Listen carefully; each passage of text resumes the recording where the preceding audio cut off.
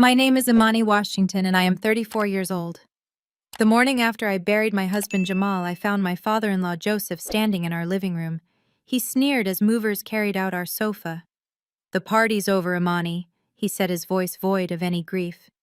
"Jamal's will leaves everything to me. This property reverts to blood family now. Pack your bags."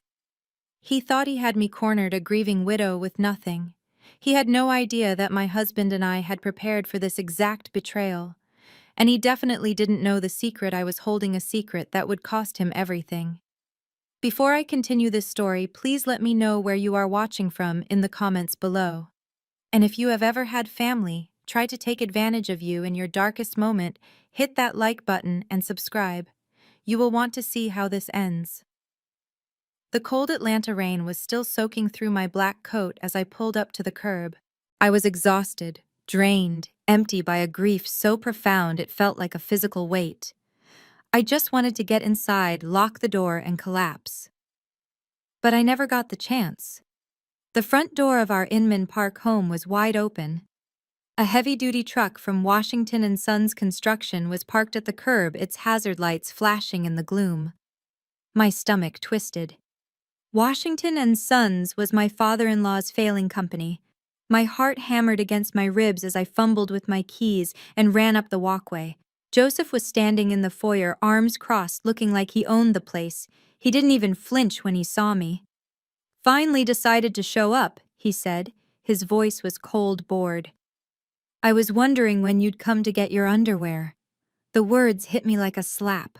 24 hours. My husband had only been in the ground for 24 hours.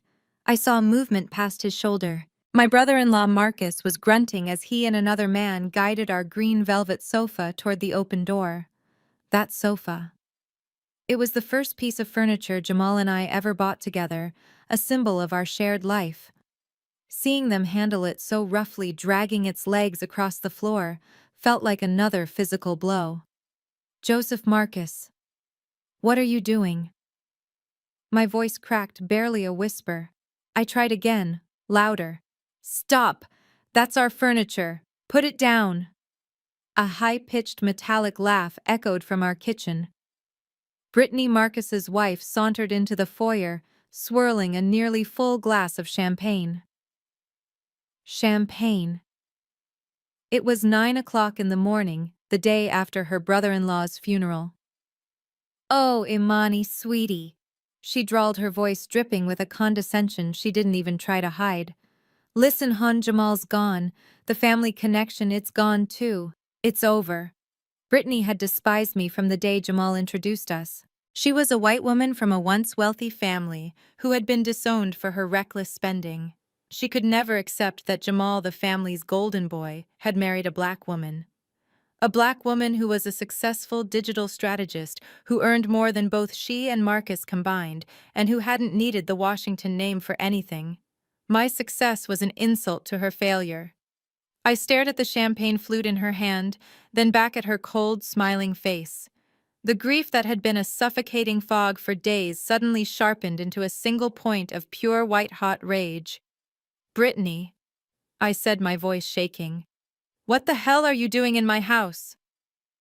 Joseph stepped forward, then his body physically blocking my path into my own home. The mask of the grieving father he had worn at the funeral was gone. His 62-year-old face was hard, his eyes cold and assessing. All the fake sympathy had evaporated, leaving only this raw, ugly entitlement. He jabbed a thick finger toward me, his voice a low growl that cut through the sound of the rain and Brittany's laughter. "This isn't your house," he snarled. My breath caught. "What did you say?" "It never was," he continued, his voice rising with confidence, savoring the moment. "This is a Washington property. It was bought with Washington money. And now that my son is gone, it reverts to blood family." He spat the words "blood family" like they were a verdict, a weapon he had been waiting years to use against me. He looked past me at the open door, then back at my face, his lip curling in a sneer of pure triumph. "Pack your bags. You have 1 hour." 1 hour.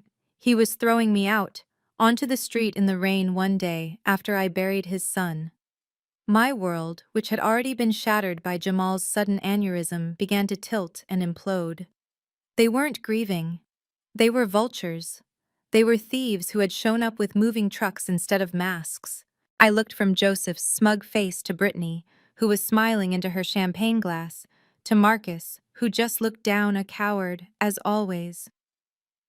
The profound, suffocating sadness I had been drowning in for days didn't just recede. It flash froze. It turned into something solid, cold, and sharp inside my chest. A cold, clear rage settled over me. They hadn't even waited. They hadn't even waited for his body to be cold, for the flowers on his grave to wilt. They were here, stealing the life we had built. They thought I was just a grieving widow. They thought I was weak. They thought I was stupid. And that was the biggest mistake they would ever make. As if to prove the point, Marcus came grunting back inside. He was holding a large cardboard box, one I recognized immediately. It was the box from my home office, clearly labeled diplomas and awards. My heart seized. He was carrying my entire professional life in his clumsy hands. "Watch it," Brittany snapped at him, not at me. "Don't scratch the damn doorframe with that thing." Marcus, always weak and eager to please his wife. And father gave a nervous nod. He tried to reposition the heavy box in his arms as he stepped over the high threshold. And then, in a move that looked deliberately accidental, his foot caught. He stumbled. The box flew from his grasp, crashing hard onto the wet flagstone path right at my feet. Glass shattered. A sickening final sound. "Marcus!" I screamed. It was a raw, wounded sound that tore from my throat. I lunged forward, falling to my knees in the rain, heedless of the sharp shards. There, soaked and ruined, was my master's degree. The glass from the frame was spider-webbed across my name. "Oops," Marcus mumbled, not sounding sorry in the least. "Oh, honestly," Brittany sighed, stepping gracefully over the mess. "You can just print another one of those, can't you?" She waved a dismissive hand. "Now, Marcus, darling, be a love and get the 80K television from the media room. Daddy Joseph said we can have it for our new place." The 80K TV. Jamal had just bought it last month. We'd only watched one movie on it together before he... I couldn't finish the thought. But it wasn't the TV that broke me. It was the degree, that piece of paper. I had worked 3 separate jobs to get that degree, attending classes at night, while Jamal was just getting his fintech company off the ground. I did it to build my career, to be his partner, not his dependent. Joseph had always hated it. "All that education for a woman," he'd boom at Thanksgiving dinner, "just fills her head with nonsense instead of teaching her how to support her husband." To him, support meant being quiet, staying in the background, and never ever outshining his sons. I looked down at the ruined frame, at my name under a web of fractured glass. They weren't just taking our things, they were trying to erase me. I stood up slowly, my hands stinging from the cold and the tiny cuts. I was done crying. "Get out," I said, my voice low and dangerous, trembling with the cold and the rage. Joseph actually laughed. He thought my anger was powerless, the hysterical reaction of a grieving woman. He saw I wasn't running to pack. I wasn't breaking down into sobs. I was just angry. And he couldn't stand it. "You don't get it, do you, girl?" He spat, his patience snapping. "You have no power here." He reached into the inner pocket of his dark suit coat, the one he had worn to his son's funeral, and pulled out a single crumpled piece of paper. He slapped it down on the wet entry table right next to the shattered remains of my degree. "Don't make this any harder than it needs to be," he ordered, his voice booming with finality. "This is Jamal's will." I stared at the paper. It was cheap printer paper, folded and refolded as if he'd been carrying it in his pocket for days, waiting for this exact moment. "He wrote it 12 years ago," Joseph continued, his voice rising. "Long before he ever met you. It's very clear. Everything." And he spread his arms wide, encompassing my home, my life, belongs to me, his father, the sole executor. My eyes scanned the document. I didn't need to read the fine print. I just looked at the signature line at the bottom. And there it was. Jamal T. Washington. It was his signature. A younger, sloppier version of it, but it was his. My heart did a painful flip, but only for a second. Because I recognized it. I recognized it instantly. Jamal had shown it to me years ago one night when we were first getting serious organizing our finances before moving in together. We had found it in an old college file box and had laughed about it. My bachelor will, he had called it, written when I was 24 and owned nothing but a laptop and a mountain of student debt. It was real, but it was completely, utterly obsolete. I clutched the smartphone in my coat pocket, the hard edge digging into my palm. My thumb found the side button waking the screen. They had done this. They had found this old, forgotten, useless piece of paper and built their entire pathetic, greedy coup around it. They really, truly thought I was that stupid. They thought that I, a woman who managed multi-million-dollar digital campaigns, wouldn't have our own affairs in order. The insult was almost as deep as the betrayal. A strange, freezing calm settled over me. The grief was still there, a heavy stone in my gut, but the rage was a shield. I lifted my eyes from the useless paper and met Joseph's triumphant gaze. My voice came out even and ice cold. Joseph, you're right about one thing. The assets should absolutely go to their rightful legal owner. His smile widened, thinking he'd won. He motioned to Marcus to keep moving. But you forgot, I said, my voice cutting through the sound of the rain. You forgot one very crucial thing. Joseph, Marcus, and Brittany just stared at me. The air crackled.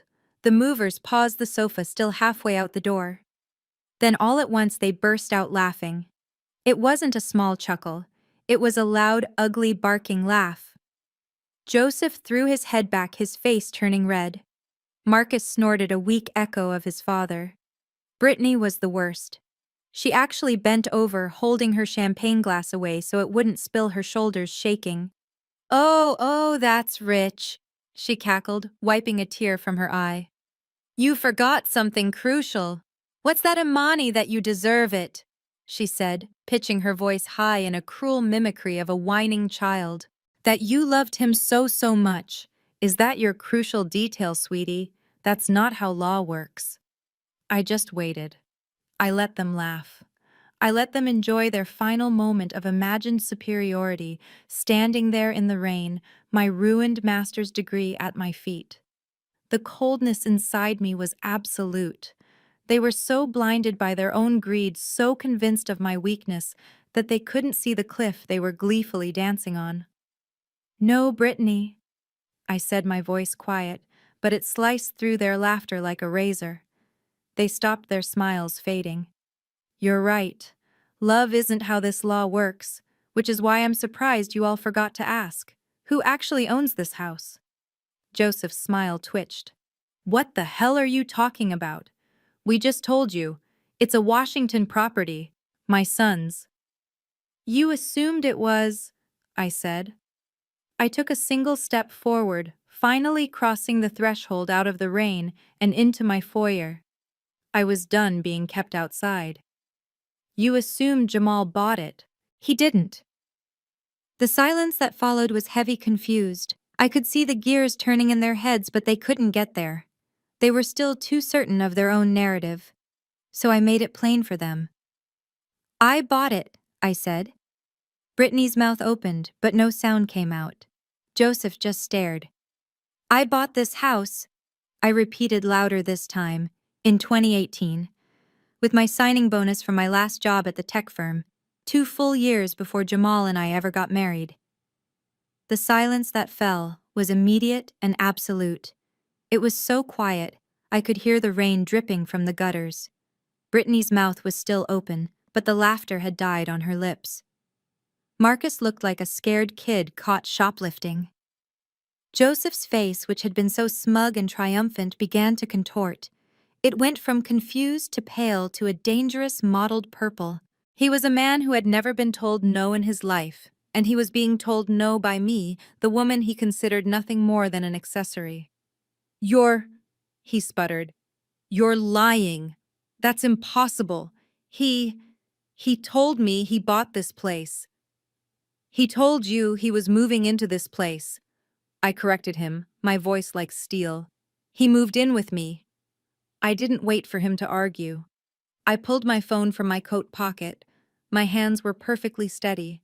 I bypassed the lock screen, opened my secure file drive, the one Jamal and I had set up precisely for this kind of scenario, and tapped on the folder labeled House. The PDF of the fully executed deed of title opened instantly.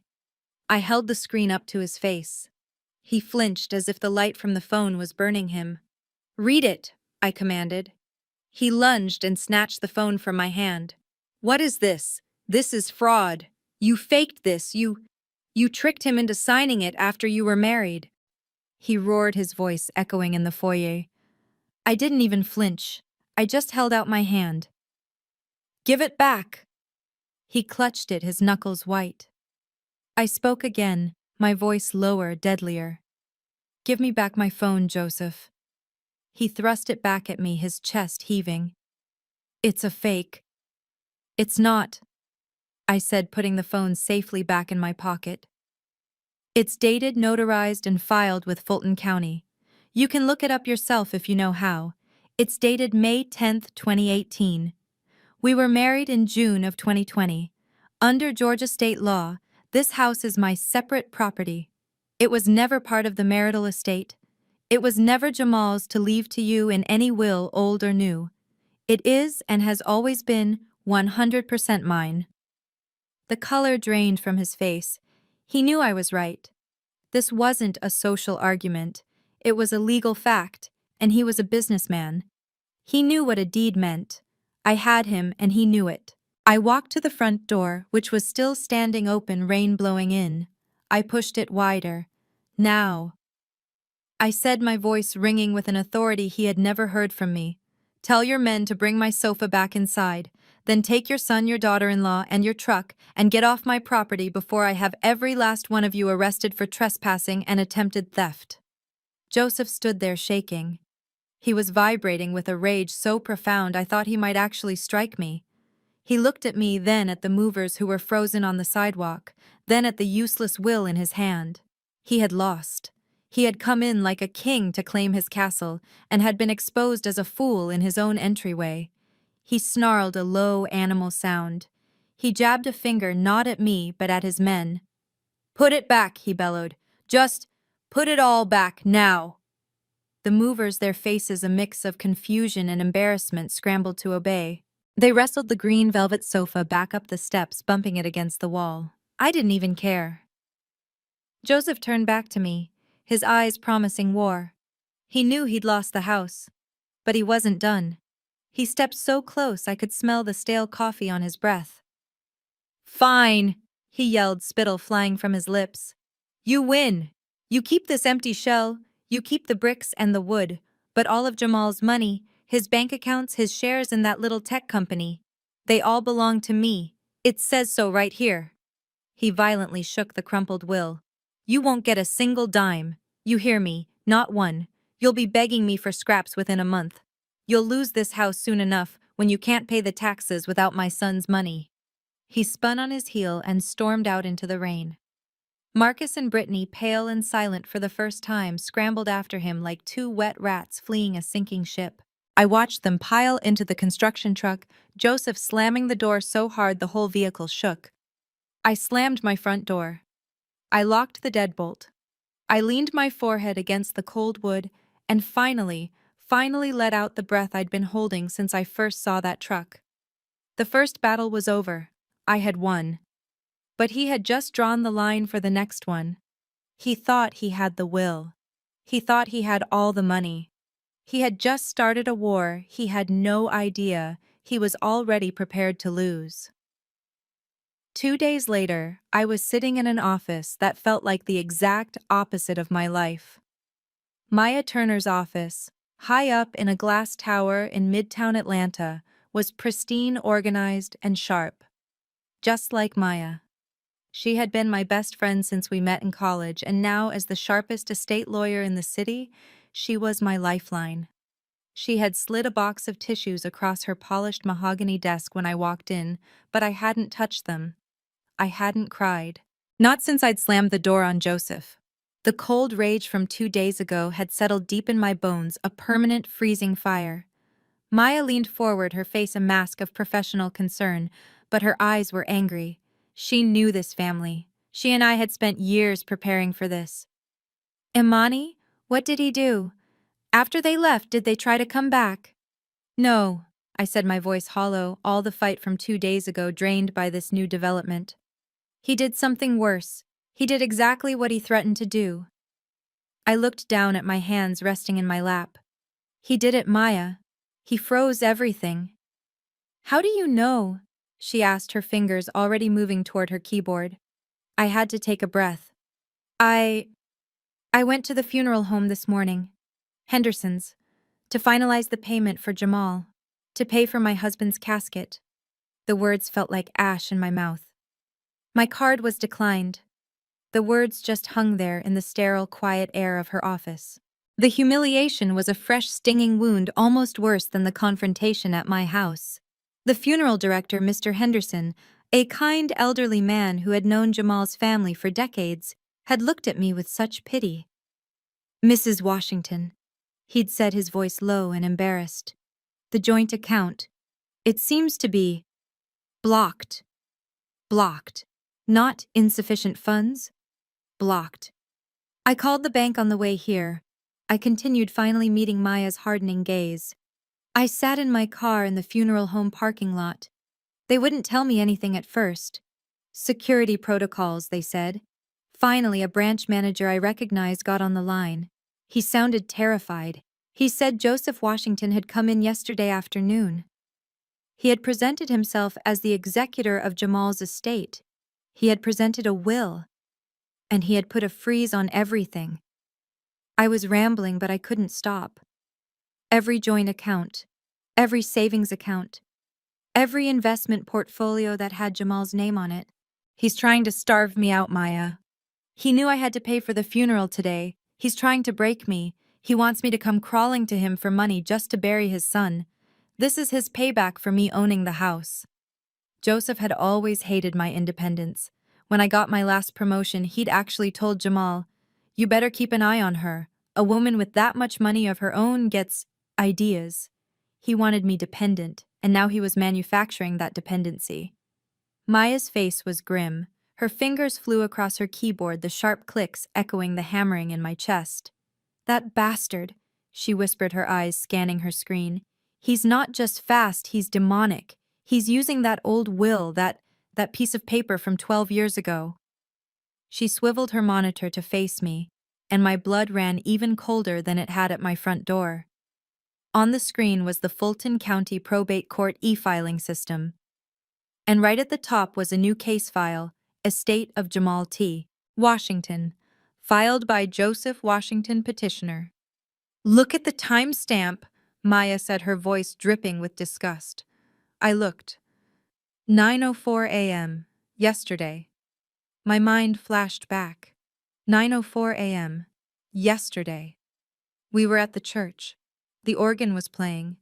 I was sitting in the front pew, staring at my husband's casket, trying to remember how to breathe. Joseph had gotten up to speak, said a few words about family legacy, and then had to sit down, overcome with grief. He had left early right after the service, saying he couldn't handle the burial. He wasn't overcome. He wasn't grieving. He was at the courthouse. He left the funeral. I whispered, the realization hitting me.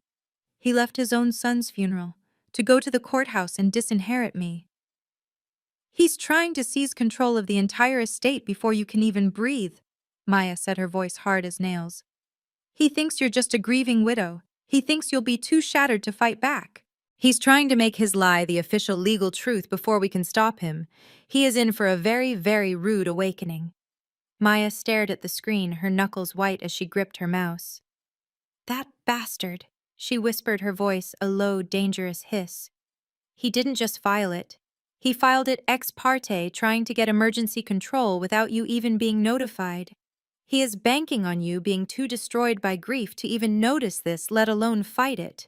He's trying to get the court to officially name him executor based on this piece of toilet paper, before you've even had a chance to bury your husband properly." She finally looked up at me and her eyes were not just sympathetic, they were furious. He's trying to legally erase you, Imani. It's the money, Maya, I said, my voice flat. It's always been about the money for him. Jamal always knew his father only saw him in dollar signs. This wasn't new.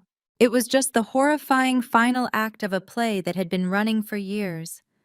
Joseph Washington was a man obsessed with the idea of a family empire, but he was a terrible businessman. His company, I explained, Washington and Sons Construction. It sounds so grand, doesn't it? It's a relic. It's been failing for at least 5 years. Joseph runs it like it's 1970. He refuses to modernize, he underbids on jobs, and he treats his employees terribly. It's been bleeding money, just hemorrhaging it. Maya nodded, already pulling up the state business filings for his company. It's worse than I thought, she murmured. He's got tax liens from the state, multiple judgments against him from suppliers. And who do you think has been keeping that sinking ship afloat for the last 3 years? I asked, the bitterness rising in my throat. Jamal, my husband. Joseph didn't see his son's success in the fintech world as something to be proud of. He saw it as his own personal ATM. Every quarter it was something. A payroll emergency, a broken-down excavator, a lost contract. And Jamal, bless his good kind heart, he'd wire the money. 20,000 here, 50,000 there. He couldn't stand to see his family name dragged through the mud. The real trouble started about a year ago. I'm a digital strategist. I manage multi-million-dollar accounts. I know how to read a balance sheet. And I saw what Joseph was doing. He wasn't just borrowing, he was pulling Jamal down with him. I finally convinced Jamal. I said, baby, you're not saving him, you're enabling him. You're just funding his pride. You have to cut him off. And he did, I said to Maya. 6 months ago, Jamal finally told his father no. He told him the ATM was closed. He offered to pay for a forensic accountant to help him restructure the business, but Joseph exploded. I could still hear the shouting from that phone call. He'd called Jamal ungrateful, a traitor to his own blood, but he directed all his real venom at me. He told Jamal I had poisoned him against his own family. He said I was a gold-digging snake, trying to hoard all of Jamal's money for myself. He hated me, Maya. I whispered, the cold truth settling on me. He didn't just dislike me. He hated me, because I was the one who turned off the tap. And now Jamal is gone. And in his sick, twisted mind, I'm the only thing standing between him and the money he thinks he deserves. This isn't just greed. This is his final, desperate attempt to save his own failing empire. And he's more than willing to destroy my life to do it. I gripped the arms of the leather chair, my knuckles white. He left his own son's funeral. I repeated the words, tasting like poison. He left Maya. He went straight from the church to the courthouse. The betrayal was so profound, so monstrous, it almost didn't feel real. But the frozen accounts were real. The humiliation at the funeral home was real. He's not just a vulture, Maya. I said, my voice dangerously quiet. He's a ghoul. He's dancing on his own son's grave for money. I finally looked up from the screen and met Maya's eyes. Jamal knew, I whispered. He knew this would happen. He told me this would happen, and I didn't want to believe him. What do you mean? Maya asked, leaning forward. About 6 months ago. I said, the memory flooding back, sharp and painful. It was the night Jamal finally told Joseph no. The night he cut him off from the money. Joseph had called screaming, demanding 50,000 for some payroll emergency. Jamal had He just said, no, Dad, not anymore. The fight was nuclear. Joseph called me every name in the book. A snake, a gold digger, a witch who had poisoned his son against his own blood. After Jamal finally hung up, he was pale and he was shaking. I could see him right there in Maya's office as clearly as if he were still alive. He had sat on the edge of our bed and put his head in his hands. Baby, he'd said, his voice muffled. If anything ever happens to me, you have to be ready. He won't grieve, Imani. He'll pounce. He'll see it as his one chance to get everything he thinks I owed him, and he will try to take every last thing from you." I told him he was being morbid, I said to Maya, a tear finally escaping and sliding down my hot cheek. I told him he was being paranoid. I said, "He's your father, Jamal. He's not a monster." And Jamal. He looked up at me and his eyes were so sad. He said, "No, Imani. He is a monster. You just don't want to see it. He will never ever forgive you for being the one who locked his vault." I wiped the tear away angrily. He was right. He was right about every single part of it. Maya just nodded, her expression grim. He was right, and he was smart. And so are you. She stood up all business. That's why he came to see me the next day, and that's why we put the real plan in motion. She looked at me, her gaze intense. Joseph filed that motion. He thinks he's in control. He has no idea what's coming. Are you ready, Imani? Are you ready to use the plan you and Jamal set up? This was it. The grief was still a screaming void inside me, but the rage was a shield. The determination to honor my husband, to protect the life we had built, was a sword. I took a deep, shuddering breath and stood up. "I'm ready. Let's burn him to the ground." A slow, dangerous smile spread across Maya's face. It was the smile that had terrified opposing counsel for a decade. "Good," she said. She turned to the polished credenza behind her desk, entered a code on a small keypad, and a drawer slid open. She pulled out a thick, heavy, leather-bound portfolio. It looked more like a treaty than a legal document. She walked back to the desk and dropped it with a heavy final thud that echoed in the quiet room. "What's that?" I asked. "This," Maya said, placing her hand on the cover, "is the real will. The last will and testament of Jamal T. Washington, signed, notarized, and witnessed by his primary care physician 6 months ago. The one that names you and only you as the sole executor and heir of his personal estate." "But," she said, holding up a finger, "that's just the appetizer. This," and she tapped the thickest part of the portfolio, "is the main course. The Washington Johnson Irrevocable Family Trust, signed the same day." She looked up at me, her smile widening. "Joseph went to probate court to fight over Jamal's estate. He thinks he's fighting for what Jamal owned when he died. He's a fool.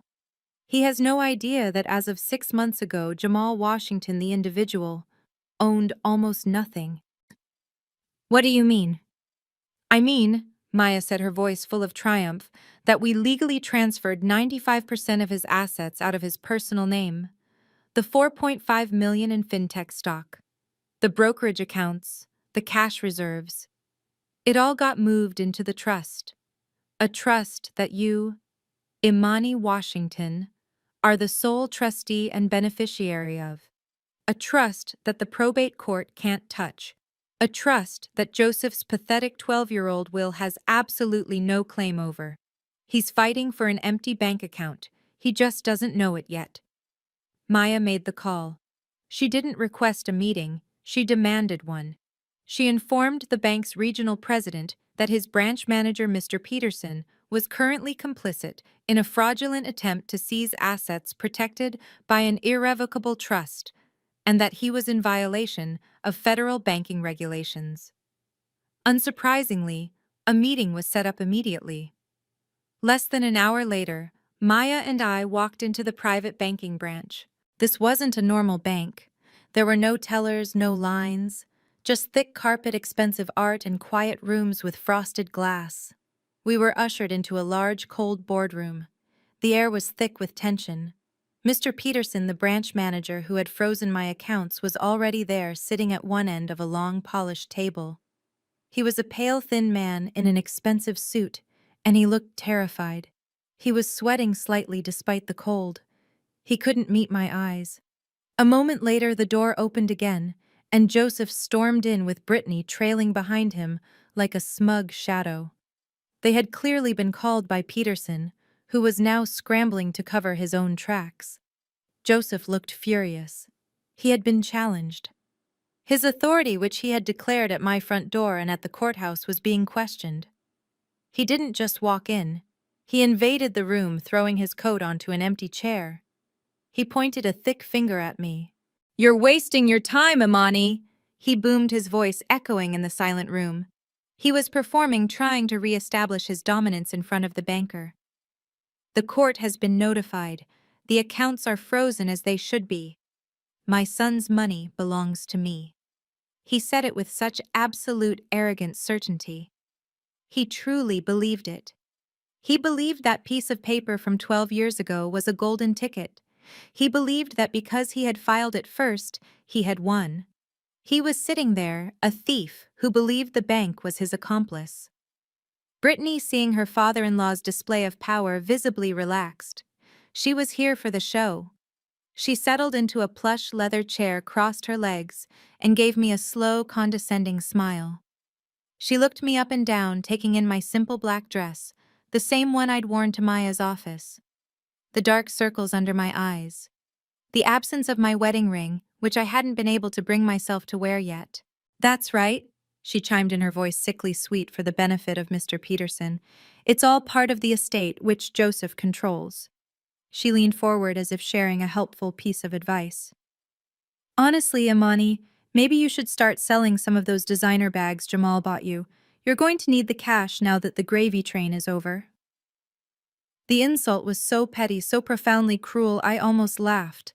It was all she could see. Bags, shoes, money. She couldn't comprehend a woman like me, a woman who had a career, a strategy, a plan.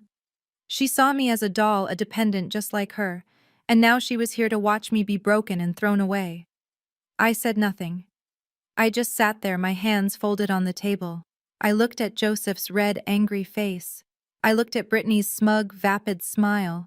And I looked at Mr. Peterson, who was nervously adjusting his tie, his eyes darting between Joseph and Maya. This was the room. This was the moment Jamal had prepared me for. They thought this was their victory lap. They had no idea they had just walked into their own execution. I gave Maya a single slight nod. She unzipped the leather portfolio. The game was on. Maya didn't even look at Joseph or Brittany. She directed all her attention to the banker, Mr. Peterson, who was visibly trembling. She slid the first document from her leather portfolio and placed it gently on the polished table. It was thick on heavy bond paper with a crisp blue backing. "Mr. Peterson," Maya began, her voice calm, clear, and cutting through the tension like a surgeon's scalpel.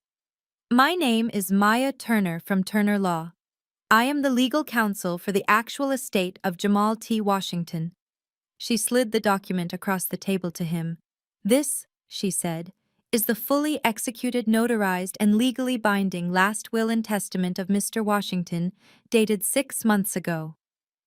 Joseph let out a bark of a laugh. "A will. You're too late. I already filed his will. The real one." Mr. Peterson, his hands shaking, picked up the document Maya had provided. He began to read. His eyes went wide.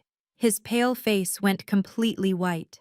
He looked from the paper to me and then to Joseph, his expression one of pure terror. "What?" Joseph demanded, his arrogance faltering. "What is that trash?" He lunged across the table and snatched the document from Peterson's hands. He stared at it. I watched his face as he processed what he was seeing. He saw the date. He saw the complex legal language. He saw the signature. Jamal's strong, confident signature. And then he saw the final clause, the one that explicitly revoked all previous wills and codicils. "Fake!" he roared, slamming his fist on the table, making the water glasses jump. "This is a fake. You forged this." He threw the document back at Maya.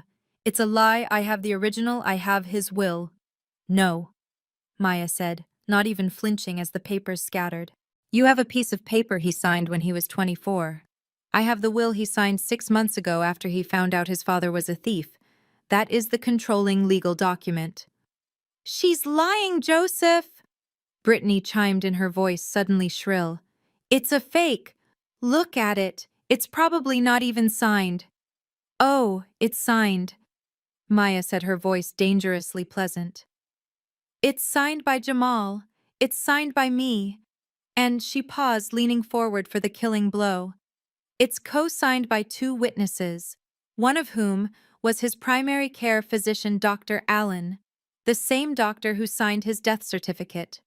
I'm sure the probate court judge will be very interested to hear his testimony about Jamal's sound state of mind when he signed this document, effectively disinheriting you. The room fell silent. The name Dr. Allen hung in the air.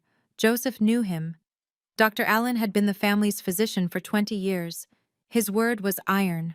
Joseph's fake argument had just dissolved. He was speechless, his face a mask of pure, unadulterated hatred. He knew he'd been beaten on the will, but he still thought he had the money. Joseph was trapped. I could see it on his face. He was a cornered animal. He looked from Maya to me and then to the banker, Mr. Peterson. He was still holding the new will, his hand shaking the paper, rattling. He knew he'd lost the battle of the wills. Dr. Allen's testimony would destroy him in court.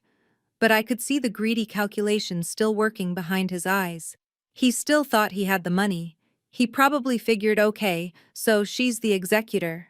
That just means she has to manage the estate. It's still estate money. It still has to be divided. He was still clinging to his pathetic, outdated piece of paper. Maya, seeing this look, let the silence hang for a moment longer. She let him absorb his defeat on the will, and just when he was about to open his mouth again, probably to argue about the division of assets, she cut him off at the knees. But frankly, she said, her voice almost casual, as if she were commenting on the weather, this will… And she gestured to the document in Joseph's hand. It's almost irrelevant. That got everyone's attention. Brittany, who had been silent, looked up confused. Joseph's brow furrowed. Even Mr. Peterson looked baffled. What? Joseph stammered. What are you talking about? You just proved… That's the will. Oh, it's the will, Maya agreed, nodding. It absolutely controls any personal property Mr. Washington owned at the time of his death. His car, his watch collection, the books on his nightstand. She paused, letting the words sink in. But that's not what you're here for, is it, Joseph? You're not here for his watches. You're here for the $4.5 million in fintech stock. You're here for the brokerage accounts. You're here for the cash. Which is in the estate, Brittany snapped, finding her voice. Which she now controls, but it's still family money. No, Brittany, Maya said, her voice turning to ice. It's not. She reached into her portfolio and pulled out the second, much thicker document. The leather-bound monster. She didn't slide it. She placed it in the center of the table with a heavy final thud. The sound was like a gavel. This, Maya said, placing her hand flat on the cover, is the Washington Johnson Irrevocable Family Trust, executed 6 months ago. Mr. Peterson made a small, gasping sound. He knew what that meant. Joseph and Brittany just looked confused, and that confusion made them angry. A trust, Joseph scoffed. So what more fake paperwork? Not quite, Maya said. She looked directly at Mr. Peterson. Mr. Peterson, as the manager of Mr. Washington's accounts, you are aware of this trust's existence, are you not? You were notified when the assets were transferred. Peterson's face was the color of ash. He could only nod, a tiny jerky movement. He knew. He had known all along, and he had still frozen the accounts. Maya had him in a federal vice. You see, Joseph? Maya continued, turning her gaze back to him. That's the real magic of the plan Jamal set up. Because as of 6 months ago, 95% of Jamal Washington's assets, the $4.5 million in fintech stock, the investment portfolios, the cash reserves, they do not, and I repeat, do not belong to the estate of Jamal T. Washington. They were legally and permanently transferred. They now belong to the Washington Johnson Irrevocable Family Trust. She let that sit there. I watched Joseph's face. He was trying to process it. Trust. Estate. So what? He mumbled. So, this is what it means in words you can understand, Maya said, dropping all pretense of legal jargon. The will you're holding and the old one you filed are fighting over scraps. They are fighting over maybe $50,000 in personal effects. The entire fortune, Joseph, the entire $4.5 million fortune, is not part of the estate. It's in the trust. And the probate court that you ran to, it has zero jurisdiction. It cannot touch it. Your will is useless. Brittany's chair scraped back. You bitch! She shrieked, her voice cracking. You're a thief! You manipulated him! You stole it! I'm not finished, Maya said, her voice rising, drowning out Brittany's screams. Because there's one last detail. Who controls this trust, you ask? Who is the sole trustee with complete and total authority over every last penny? And who is the sole beneficiary, the only person who can receive that money? Maya leaned forward, her smile gone. That would be her, Imani Washington, my client. The silence in the room was absolute. It was so thick I could almost feel the weight of it. Brittany's mouth was wide open, her face a mask of ugly disbelief. Joseph was just staring. He was staring at the thick, leather-bound trust document on the table as if it were a bomb. He looked completely, totally broken. Mr. Peterson, the banker, was the first to speak. He was clutching the new will in one hand and staring at the trust document with wide, terrified eyes. He looked at Maya, then at me. "Oh my God," he whispered, his voice trembling. That's right. I remember now. The transfer, 6 months ago. The Washington Johnson Trust." He looked at Joseph, his face pale with the terror of a man realizing he had backed the wrong and very illegal horse. "According to these documents, Mrs. Imani Washington is the sole beneficiary and trustee. The accounts were never supposed to be frozen." That's when Brittany's brain finally caught up. The dam of her greed and entitlement broke and she exploded. "What?" she shrieked, her voice so high it cracked. $4.5 million. That's not possible. That's not real. He wouldn't. That's family money. That's our money." "It was never your money, Brittany," I said. It was the first time I had spoken since we sat down. My voice was quiet, cold, and it cut through her screaming instantly. Everyone looked at me. I was done letting my lawyer do the talking. This was my life, my legacy. I looked straight at Joseph. His eyes were dead, but they were locked on me. "It's all mine," I said, making sure he understood. "Every share, every account, every last dollar you were planning to steal. My husband knew exactly who you were, and he made sure I was protected." I then turned my gaze to the banker, Mr. Peterson, who looked like he was about to be physically ill. "Mr. Peterson," I said, my voice all business, "you have, based on a fraudulent claim from a man with no legal standing, illegally blocked me from accessing my own funds. You have caused me immeasurable distress, and you have prevented me from paying for my husband's funeral. Mrs. Washington, I'm so sorry. He stammered. "Save it," I said. "Here is what is going to happen right now. You are going to unlock all of my accounts. You are going to immediately transfer $500,000 from the trust's main account to my personal checking account, so I can finally pay my respects to my husband." I paused, then continued. "And then you are going to place a permanent high-level security flag on every single account tied to my name and this trust. Joseph Washington and Brittany Washington," and I gestured to them, "are to be permanently banned from accessing or even asking about any information related to me or my finances ever again. Do you understand me?" Peterson just nodded frantically. Yes, Mrs. Washington, of course. Right away." $4.5 million? Brittany was still whispering, her mind stuck on the number, her face pale. Joseph said nothing. He just sat there, his entire body vibrating.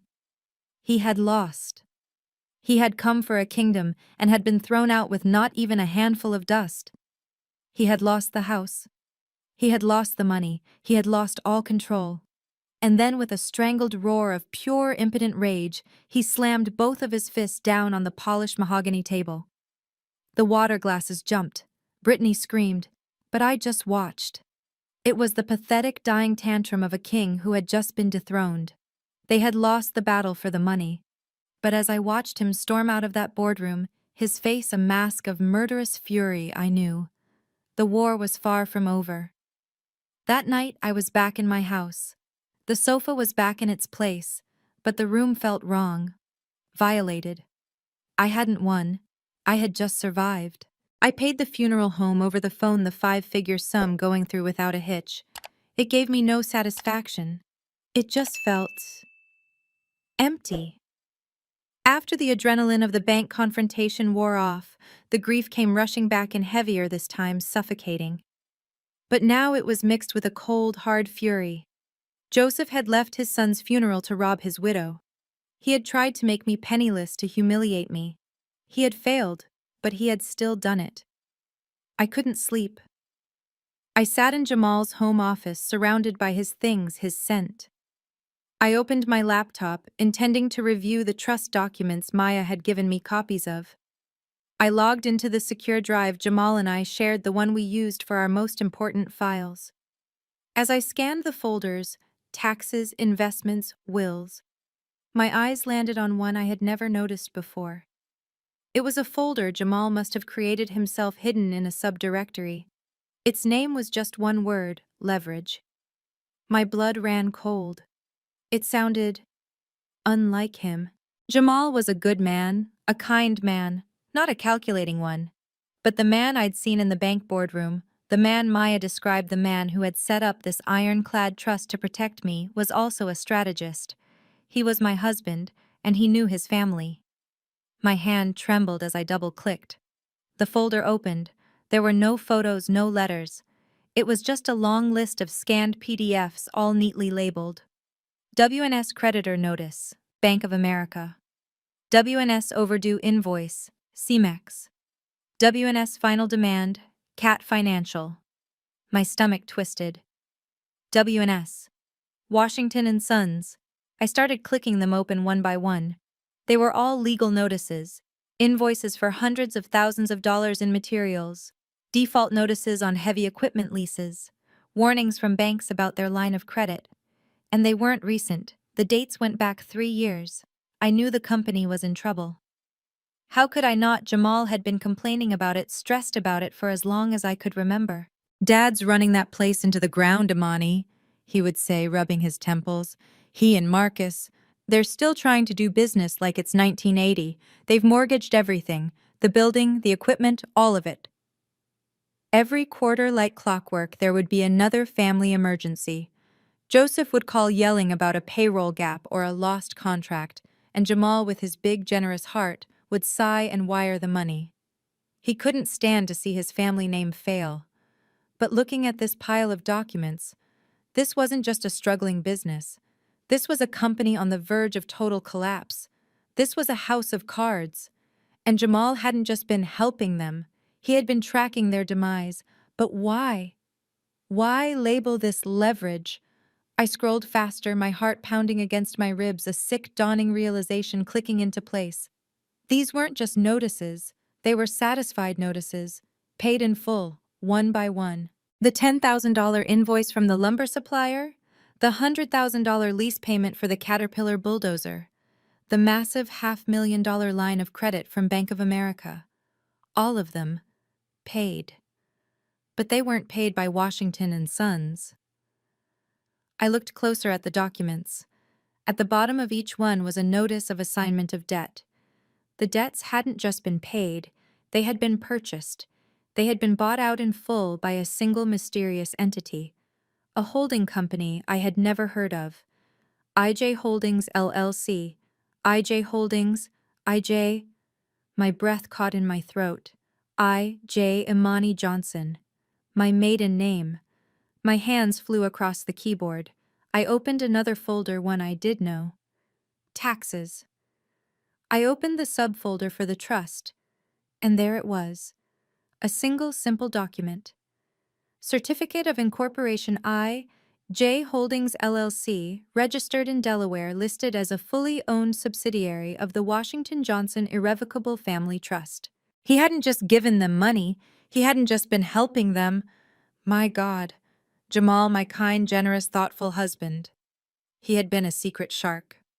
He hadn't been throwing money into the black hole of his father's company. He had been conducting a covert strategic acquisition. He had been buying their debt. Every time Joseph or Marcus came to him with a sob story about a payroll gap or an overdue invoice, Jamal had agreed to help. But he didn't wire the money to them. He had gone directly to their creditors. And he had bought the debt. He had paid them in full, and in return, he became the new creditor. I scrolled to the last file, a simple spreadsheet. It was a summary. Total debt owned by IJ Holdings. The final number at the bottom of the screen made me gasp. $1,842,000. Jamal had spent over $1.8 million of our money to become the sole secured creditor of his own family's company. My heart was hammering so hard I thought it would break through my chest. The pieces clicked into place with a horrifying, brilliant clarity. Joseph and Brittany and Marcus. They hadn't just tried to steal my money at the bank. They hadn't just tried to make me penniless. They had been trying to steal money from their own single largest creditor. They had tried to rob the very entity that held the power of life and death over their entire pathetic failing empire. And they had absolutely no idea. I kept scrolling through the leverage folder, my mind reeling from the $1.8 million number. My husband had been playing a game of corporate chess that I never even knew about. At the very bottom of the file list, there was one more file. It wasn't a PDF, it was a video file, a .mp4 file. Its name was just For Imani. My hand was shaking so badly I could barely click the mouse. I double-clicked. The screen went black for a second, and then he was there, Jamal. He was in his home office, the one I was sitting in right now. He looked tired. So tired. There were deep circles under his eyes, and he hadn't shaved in a day or two. It was the look he got when his father had been bleeding him dry, when the stress of his family was weighing on him more than the stress of his own multi-million-dollar company. He wasn't smiling, he just looked at the camera at me with an expression of such profound sadness and love it felt like a physical blow. He took a deep breath. "Hey, baby." He started, his voice rough. "Imani, my love. If you're watching this, it means I'm gone. And it means they did it. They did exactly what I told you they would do." He rubbed his face, his eyes squeezing shut for a moment. "God, Imani, I'm so sorry. I am so sorry you have to go through this. I'm sorry I'm not there to protect you from them." A tear escaped his eye and he wiped it away angrily. "But I did the next best thing," he said, his voice hardening, becoming the CEO I knew. "I protected you. I built a fortress for you, and I'm giving you the cannon to defend it." He leaned in closer to the camera. "Washington and Sons Construction," he said, his voice low and firm, "is technically, legally, and completely bankrupt. Dad and Marcus, they've been running it into the ground for years, taking out loans they couldn't pay, lying to suppliers. They've ruined it. And I've been buying their debt. All of it. For 3 years. I've been buying their debt to protect our money, to make sure that when they finally imploded, they wouldn't take us with them." He took another breath, his eyes finding mine through the lens. "IJ Holdings. That's you, baby. Your maiden name. It's all in the trust. You, through our trust, now own every single mortgage on their building, every lease on their equipment, every line of credit they have. You own all $1.8 million of their debt. You don't just own them, Imani. You are the bank. They're going to come after you with everything they have," he said, his voice urgent. "They're going to try to take our money. The money you helped me build. Do not let them. They are thieves and they are my blood, and I am so sorry. But you are my wife. You are my partner." He looked down then, one last time, straight into my soul. You own them, Imani. Don't let them bully you. Don't let them take what's yours. Do what you know is right. The video ended. The screen went black. And I just sat there in the silence of his office, tears streaming down my face. It was a message from the grave. It was his last greatest gift to me. It wasn't just money. It wasn't just a trust. It was a weapon. Joseph had come at me with a crumpled 12-year-old piece of paper. My husband had just handed me a nuclear bomb. I was no longer the victim. I was the one holding all the power, and I knew exactly what I had to do. I let them stew for a full week. I let them live in the terror of their defeat at the bank. I let them wonder what had happened to the $4.5 million they thought was theirs for the taking. I grieved. I let myself feel the crushing weight of Jamal's absence. And I planned. I spoke to Maya every single day. We set the plan in motion. The first official letters from IJ Holdings LLC were sent certified mail to the offices of Washington and Sons Construction. Then, just as Maya predicted, the call came. It was Joseph. His voice, which had boomed with arrogant rage in the bank and at my home, was gone. This new voice was thin, reedy, and laced with a terror he couldn't hide. Imani, he'd said like the word was a fishbone stuck in his throat. We need to talk. It's an emergency, a family emergency. A family emergency. The nerve of this man. Fine, I said, my voice as cold and flat as a winter lake. Your office. 1 hour. I hung up before he could reply. I walked into the Washington and Sons lobby, and the smell of failure hit me first. It was a smell of stale coffee, old files, and a deep permeating dust. This wasn't the sleek, powerful headquarters of a family empire. This was a sinking ship. The reception desk was empty, the plants were dead. It was a perfect reflection of the man who ran it. I didn't wait to be announced. I walked straight down the hall to Joseph's office, the one he always called the command center. The door was open, and they were all there waiting for me. My God, how the mighty had fallen. They looked pathetic. Joseph was sitting behind his massive, oversized desk, but he seemed small in it. He wasn't in his usual sharp suit. He was in a wrinkled button-down shirt, his tie loosened, his face gray and jowly. Marcus was pacing by the window, pale and shaky, looking like he hadn't slept in a week. But the real masterpiece was Brittany. She was huddled in a chair in the corner, a ghost of her former self. The designer clothes were gone, replaced by a pair of old leggings and a faded sweatshirt. Her perfect blonde hair was pulled back in a messy, greasy ponytail. Her makeup was smudged, her nails were chipped. All the smugness, all the condescension, all the cruel, laughing arrogance was gone. She just looked cheap and terrified. They all looked up when I walked in, their movements jerky like puppets on a string. There was no hello, there were no sneers, just the desperate, panicked energy of trapped animals. The complete, total reversal of the power dynamic was staggering. They weren't in charge, they weren't holding the cards, they were about to beg, and I was here to watch them. I stood in the doorway of the dusty office, just watching them. I didn't sit, I didn't speak. I just let the silence stretch thick and heavy, filled with the smell of their desperation. They fidgeted. Marcus kept cracking his knuckles. Brittany was picking at her cuticles. Joseph just stared at the piles of threatening red-stamped envelopes on his desk. Finally, Joseph looked up. He tried to muster the energy to stand, but he seemed to sink deeper into his chair. He attempted a smile. It was the most grotesque thing I had ever seen. It was a painful grimace, a mask of friendliness stretched so tightly over his panic, it looked like it might crack his face.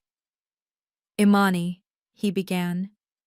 His voice was raspy, completely stripped of its usual booming authority. Daughter. The word hit me like a stone. Daughter. This man who had called me girl and you, and far worse, was now calling me daughter. He cleared his throat, trying again. I know we got off on the wrong foot, he stammered, looking down at his desk at the evidence of his failure. I haven't been thinking clearly. Not at all. He looked up, attempting to make his eyes look soft and pained. I was overcome, he whispered, actually trying to sell me on his grief. You know, the grief. Losing my boy. Losing Jamal. My stomach turned. He dared to use his son's name as a shield. He dared to invoke the grief that he himself had exploited, the grief he ignored while he was racing to the courthouse from the funeral to steal from me. It makes a man rash, he continued, leaning forward, trying to sell the performance of a broken-down old man. I said things. We did things. We weren't ourselves. I was just a father lashing out in pain. I didn't mean any of it. Before I could even respond, Brittany chimed in, leaping to her father-in-law's defense. Her voice, usually so high and sharp with condescension, was now a low, breathy, artificial coo. He's right, Imani, she said. I turned my head slowly to look at her in her corner. She was trying to look sincere, her smudged eyes wide with fake empathy. We were all just so upset, she said, putting a grimy hand over her heart.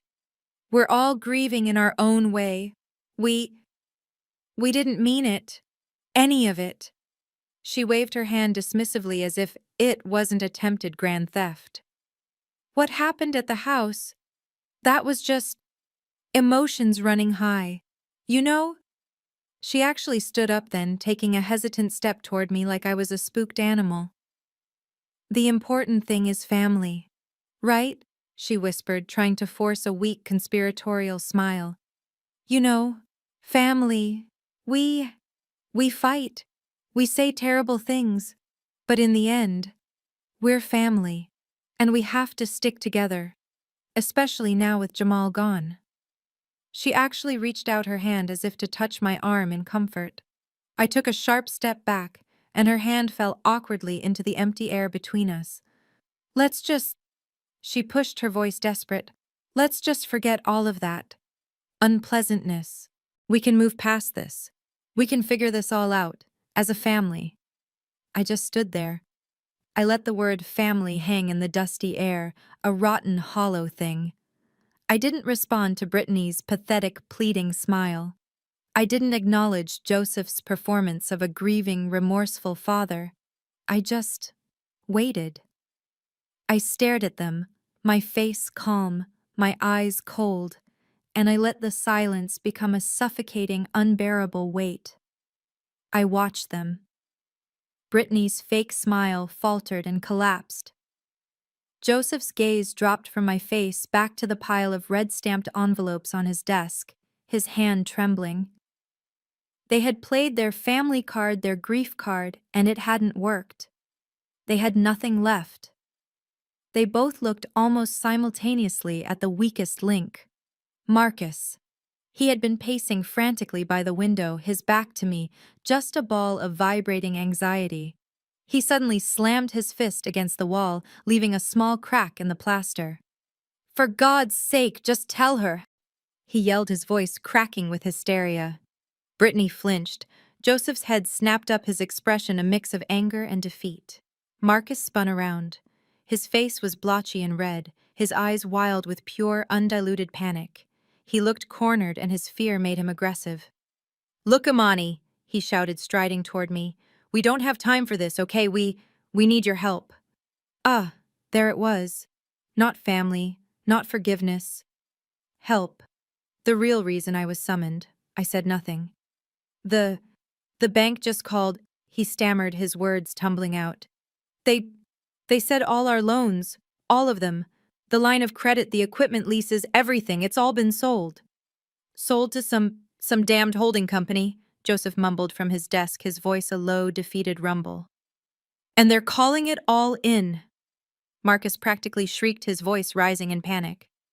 This company, whoever they are, they're not negotiating. They're not offering a payment plan. They are demanding immediate payment, in full. He grabbed one of the letters from his father's desk and shoved it at me. Look, just look. They're demanding all of it. $1.8 million. They say we have until Friday. He was breathing hard, his eyes wide. Friday. That's 2 days from now, Imani. If we don't come up with $1.8 million in cash in 2 days, they take everything. He gestured frantically around the office at the building, the world. The building, the trucks, every piece of equipment, everything. It's over. His voice finally broke, dropping to a terrified whisper. We'll be bankrupt by Friday. And there it was, the full confession. They had just admitted in their own desperate, stupid words that they were ruined. They had just confirmed everything Jamal's video had told me. They had walked right into the trap my husband had set for them. And they had just confirmed without a shadow of a doubt that I was the one holding the detonation switch to their entire lives. They just didn't know it yet. I just stared at Marcus, let his words hang in the air, let the full weight of their confession, $1.8 million bankrupt by Friday, settle over them like a shroud. They all looked at me, their faces a pathetic mix of hope and terror, waiting for me to do what I had always done, be the responsible one, the problem solver, the one who would clean up their mess, the one Jamal had always sent in. I was done cleaning up their messes. I looked at the crumpled letter Marcus was still holding, the one from the company that was about to end them. I pretended to look confused, my voice soft. A holding company? That's terrible. Who is it? What's the name on the letter? Marcus glanced down, his hand shaking. I don't know. Some stupid name. J Holdings LLC. I nodded slowly. I let the silence stretch for 1, 2, 3 seconds. I watched the hope start to die in their eyes, replaced by confusion. J Holdings, I said, my voice clear and calm. As in Imani Johnson Holdings. Nothing. Blank stares. They didn't get it. They were so blinded by their own self-absorption, so convinced of my insignificance, that my maiden name didn't even register. I had to spell it out for them. Imani Johnson, I repeated, pointing to myself. That was my name. Before I married Jamal, J Holdings is me. The silence that followed was so profound, so absolute, it was louder than Marcus's screams had been. It was the sound of 3 pathetic, greedy lives imploding at the exact same moment. Marcus's mouth hung open, a little gasping "oh" escaping. Joseph's face went from gray to a waxy, translucent white, as if all the blood had instantly drained from his body. He looked like a corpse. And Brittany, she just stared. Her brain, addled by greed and arrogance, simply could not compute. I could see her trying her eyes wide, the calculations failing. And then she broke. "You bitch!" she shrieked, the sound tearing out of her throat, feral and ugly. The mask of the pleading family woman was gone, revealing the true rotten face beneath. You did this. This was you. You set us up. You thief." She lunged forward, her hands clawed as if to attack me, but Marcus, in a rare moment of sense, grabbed her arm and pulled her back. You gold digger!" she screamed, spitting the word at me.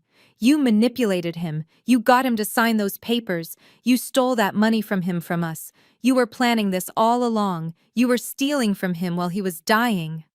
That was it. The final line. I had been calm. I had been cold. But she dared to bring his death into it. "Gold digger," I said, my voice dropping so low she had to stop screaming to hear me. I took a step toward her, and she flinched, falling back into her chair. "A gold digger, Brittany. I am a senior digital strategist with a 6-figure salary, a salary I earned before I ever met Jamal. I owned my own house before I ever met Jamal. I had my own investments, my own retirement, my own life." I walked closer, my eyes locked on hers. "You, on the other hand, what did you bring to this family, Brittany? Besides your daddy's disowned name and a mountain of credit card debt, let's talk about gold digging." I looked at Joseph, then at Marcus. You want to know where your company's money went? You've been blaming the market. You've been blaming your suppliers. I turned my gaze back to Brittany. You should have been looking at your wife. You want to talk about stealing Brittany? Let's talk about the $62,000 in company expenses you charged to the Washington and Sons Amex card last year. Marcus's head snapped toward her. What? Oh, he didn't know, I asked, my voice laced with fake surprise. $62,000, Brittany. For what? Travel supplies. Is that what you call 2 first-class tickets to Cabo? A new Chanel bag every month. Spa days at the Four Seasons. I watched her face collapse. I saw the statements. Jamal saw them.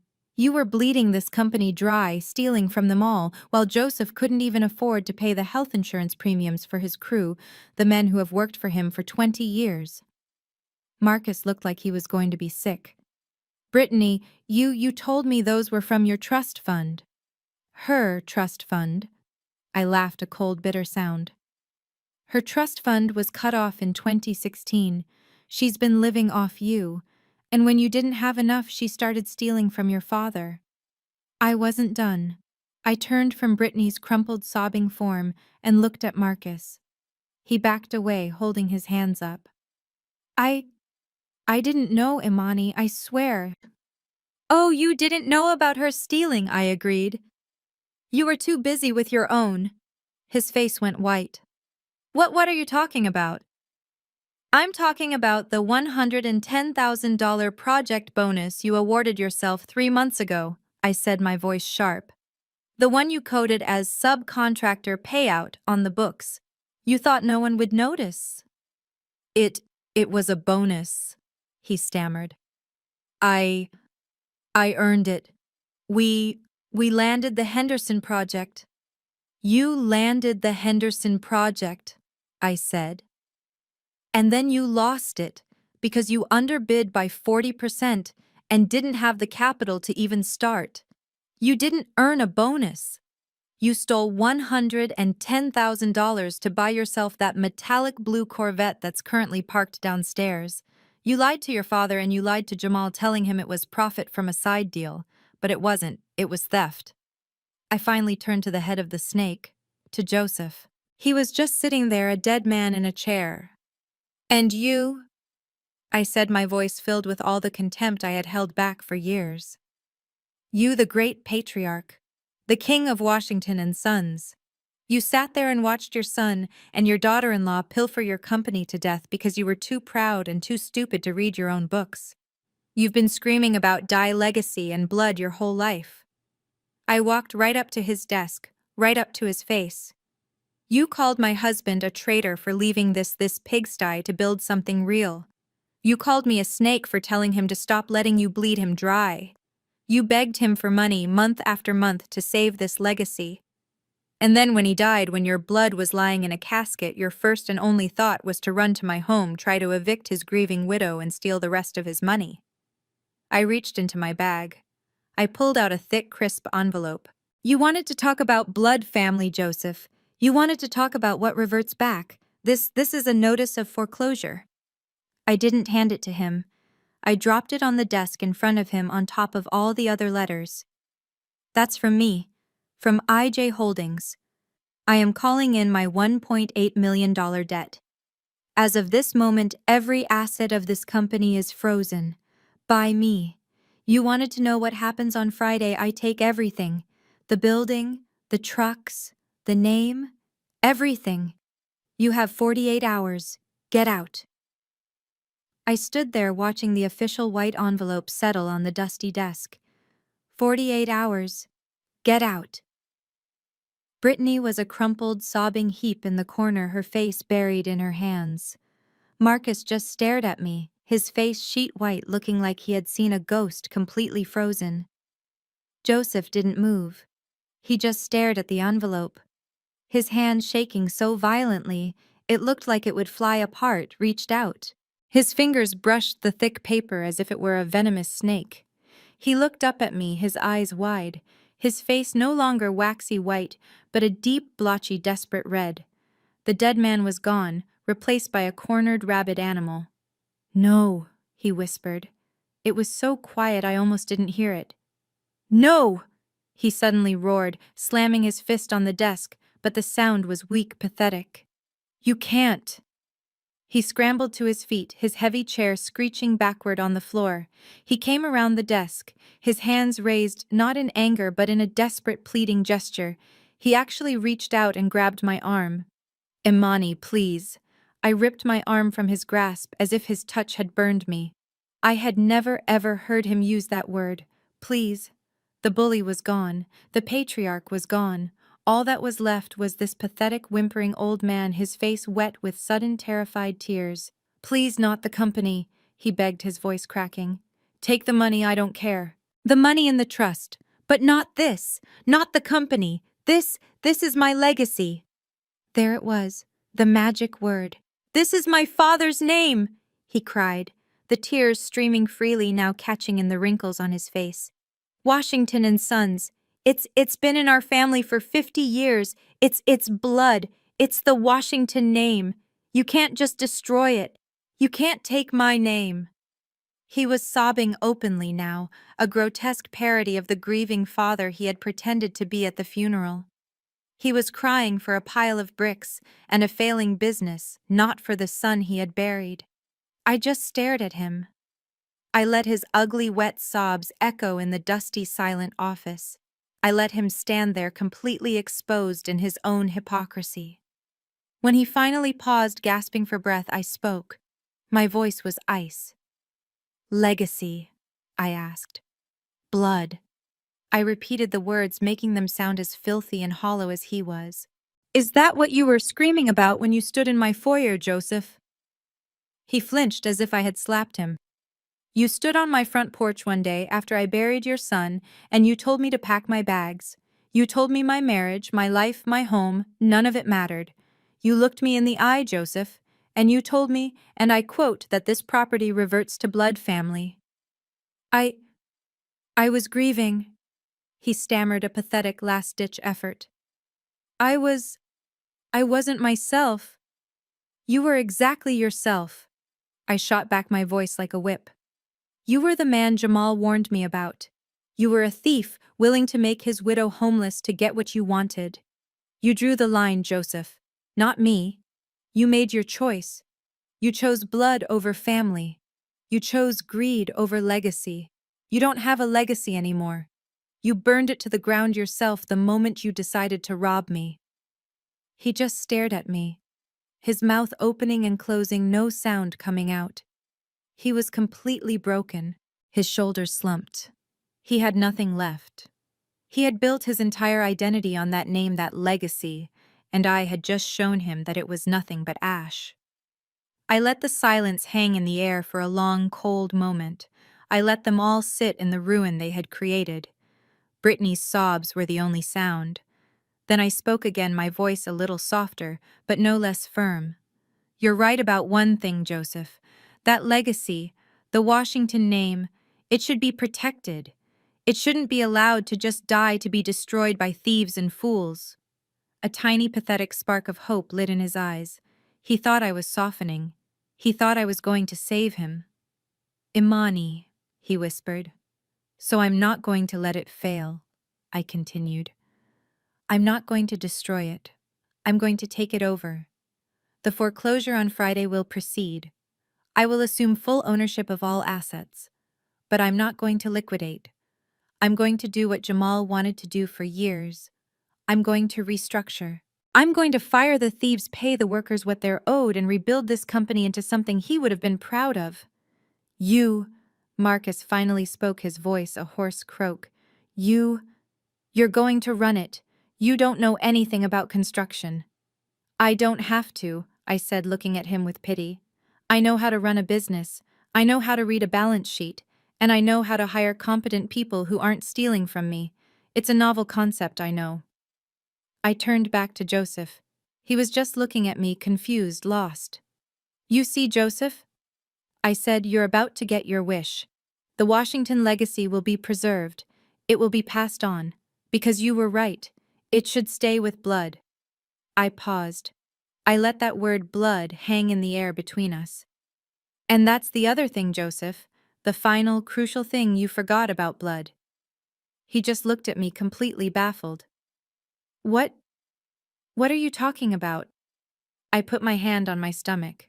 A gesture I hadn't even consciously made yet.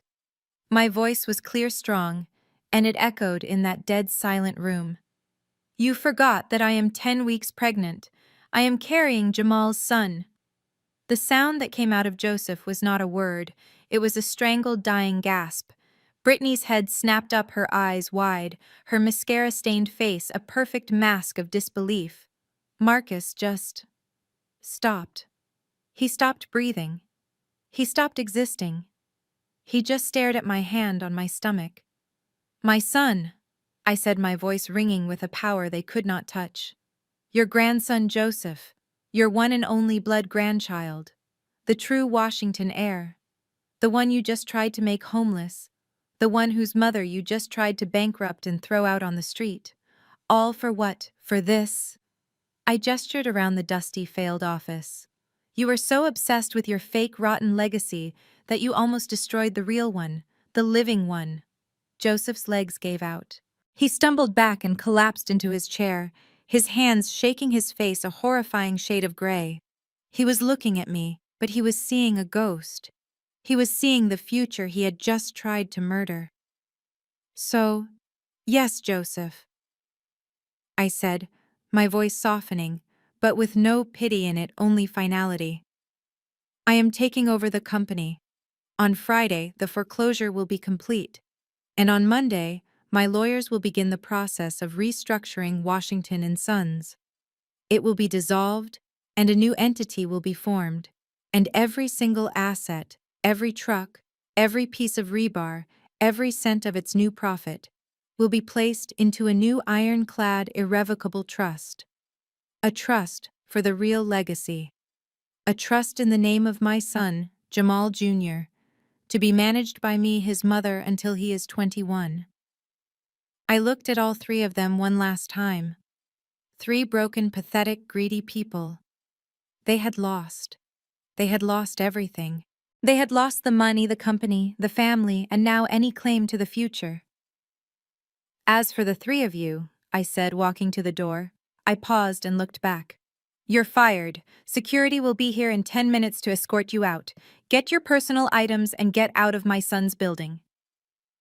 6 months later, I stood in an office that was completely unrecognizable. The stale smell of dust and failure was gone, replaced by the scent of fresh paint, new carpet, and brewing coffee. The old, oversized mahogany desk where Joseph had presided over his failing kingdom was gone, replaced by a sleek, modern conference table.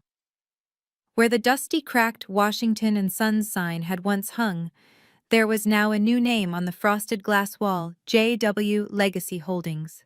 My husband's initials. I was 6 months pregnant, my belly a firm, proud curve under my dress. I was no longer just a grieving widow. I was a mother-to-be and the CEO of a company I had rebuilt from the ground up. Sitting around the table were not executives, but the foreman, the office manager, and the senior crew members. These were the men and women who had stayed loyal to Joseph for decades, the ones he had mistreated, the ones whose paychecks had bounced, the ones whose health insurance he had let lapse while Brittany was buying Chanel bags. They were mostly older black men, the true builders' men who had known Jamal since he was a boy.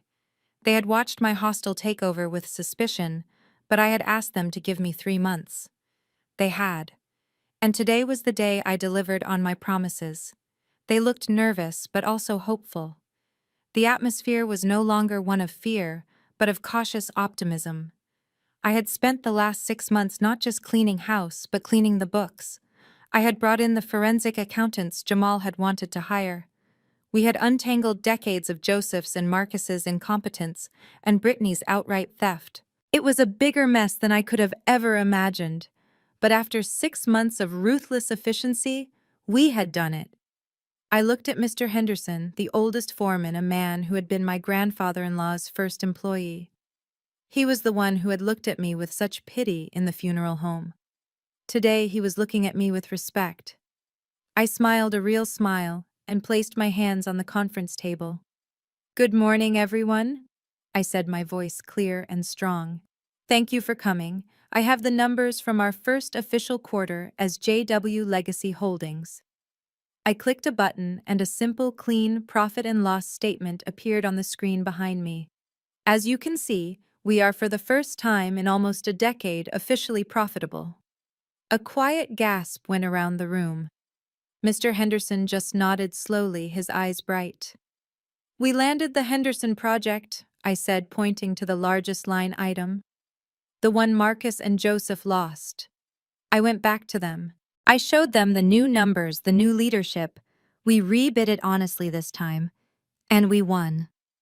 We've also secured new contracts with 3 different community housing developers. I let the good news sink in. But that wasn't the real reason I had called them here.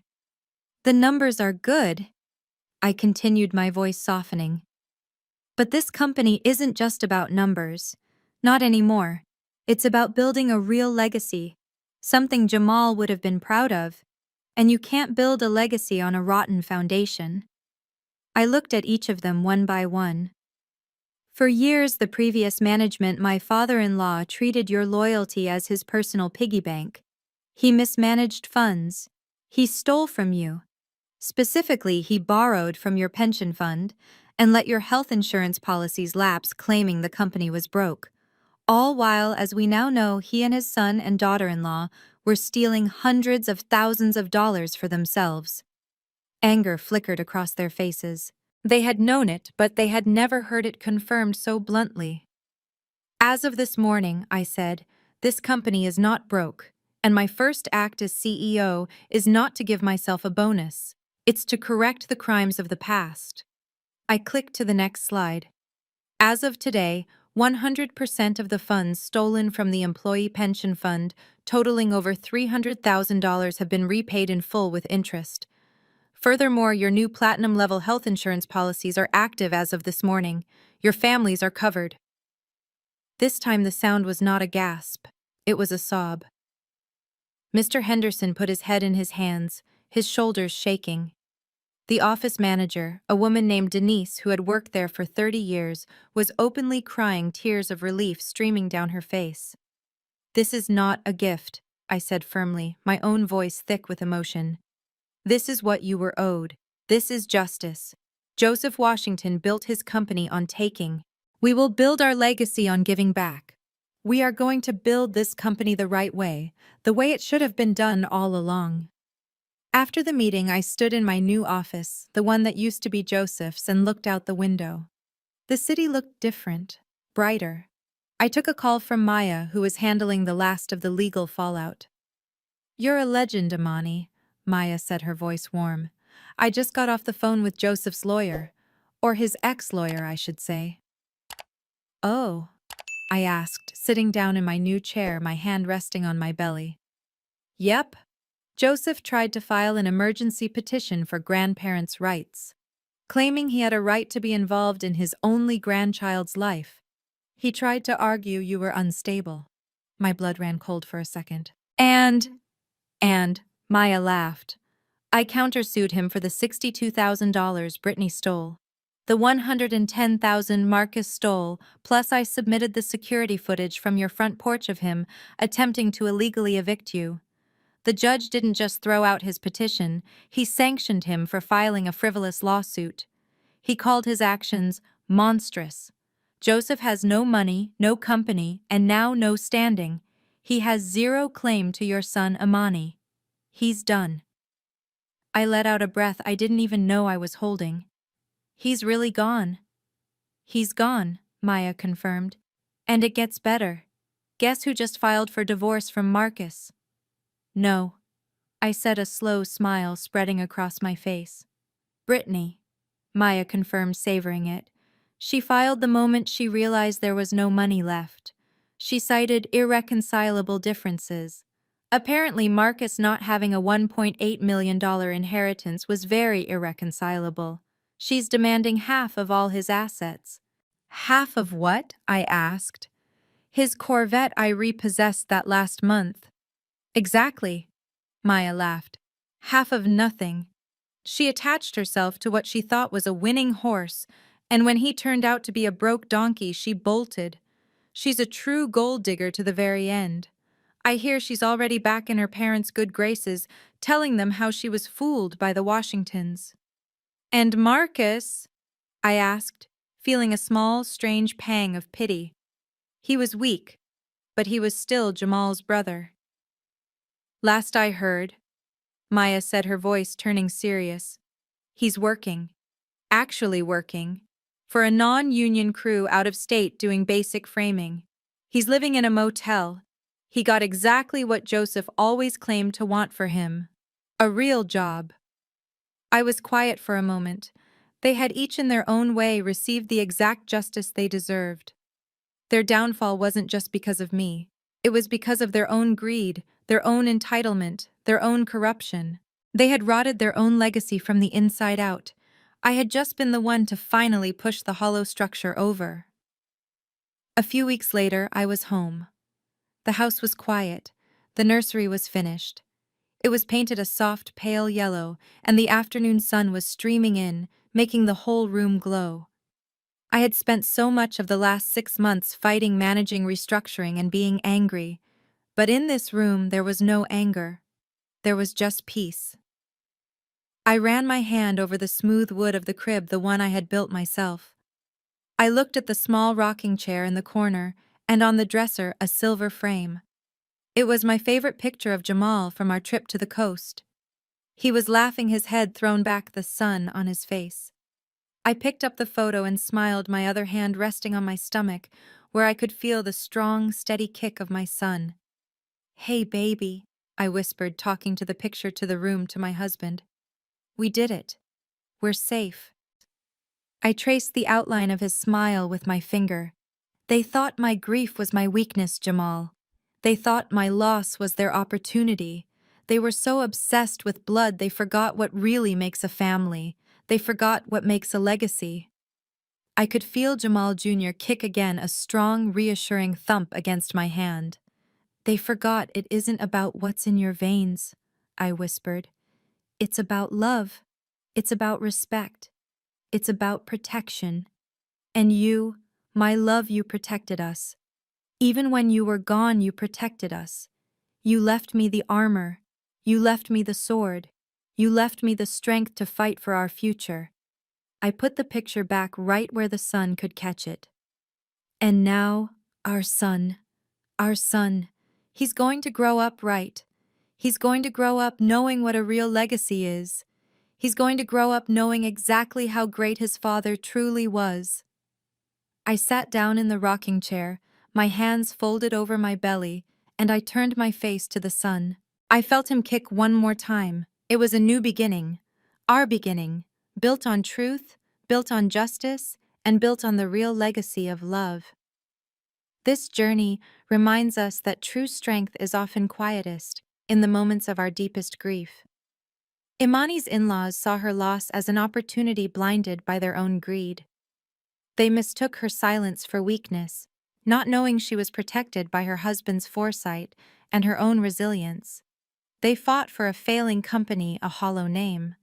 But Imani fought for a real legacy, the one built on love, justice, and the future she was carrying. This story teaches us that those who underestimate you have already lost. If this story resonated with you, please hit the like button and subscribe. Have you ever had to fight to protect the legacy of someone you loved? Let us know in the comments.